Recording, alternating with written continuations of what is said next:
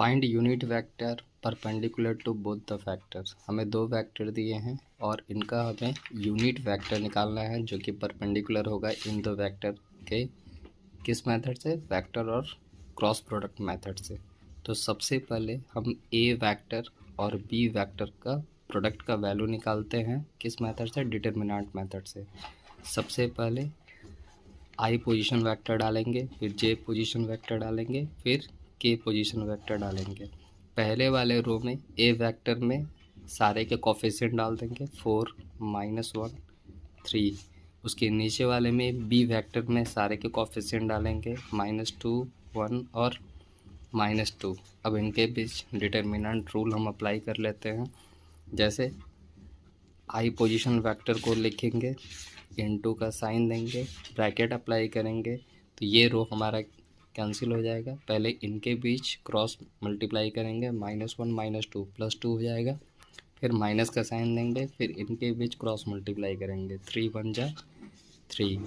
आई के बाद माइनस का साइन देंगे, जे पोजीशन वेक्टर को रखेंगे तो ये वाला हमारा कॉलम एलिमिनेट हो जाएगा। अब हमारा मल्टीप्लाई होगा 4 और -2, -8 हो गया।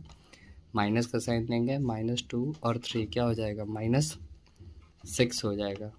फिर ब्रैकेट बंद, फिर प्लस का साइन देंगे, लास्ट में के पोजीशन वेक्टर डालेंगे तो ये वाला हमारा कॉलम एलिमिनेट हो जाएगा। अब प्रोडक्ट मल्टीप्लाई होगा, सबसे पहले 4 और 1 के बीच में 4 हो गया। अगेन माइनस का साइन देंगे, -2 -1 के बीच मल्टीप्लाई करेंगे तो +2 हो जाएगा। ये वाला माइनस साइन तो बीच में एग्जिस्ट करता है, इससे इसको मल्टीप्लाई करेंगे तो -1 आई पोजीशन वेक्टर हो गया, माइनस जे पोजीशन वेक्टर हमने लिखा था, यहाँ -8 माइनस +6 हो जाएगा। लास्ट में हमने के पोजीशन वेक्टर लिखा जिसमें आगे हमारा बच गया 2। तो फाइनल हमारा वैल्यू आएगा -आई पोजीशन वेक्टर +2 जे पोजीशन वेक्टर +2 के पोजीशन वेक्टर।